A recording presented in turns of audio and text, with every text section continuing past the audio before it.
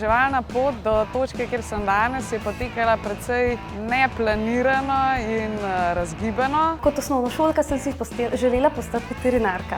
Kot otrok sem si želela biti računovodkinja. V osnovni šoli sem si zelo želela biti učiteljica.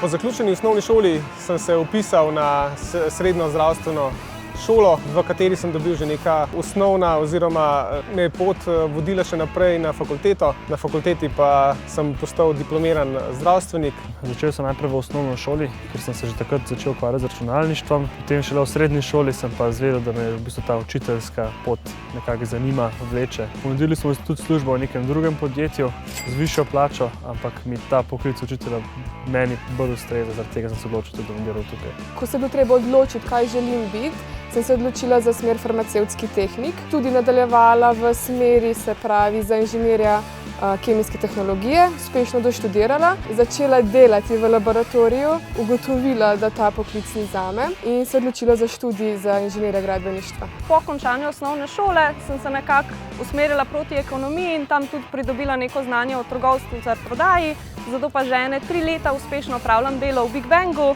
pa tudi mi je zelo všeč. Sem dobila idejo, da bi bila nekoč prehranska strokovnjakinja, ampak me je predmet živilske mikrobiologije toliko navdušil, da sem se po končanem dodiplomskem študiju odločila za nadaljevanje na Nizozemskem, kjer sem doštudirala food safety, se pravi, sem magistra varnosti živil. Ko sem ga pa zaključevala, pa tudi nisem imela nobenega plana kam naprej. Po končanem šolanju sem odprl svoje podjetje. V bistvu vsakodnevno delam v mizarstvu, od kuhanj, najrazličnejših izdelkov, unikatnih, takih malo drugačnih.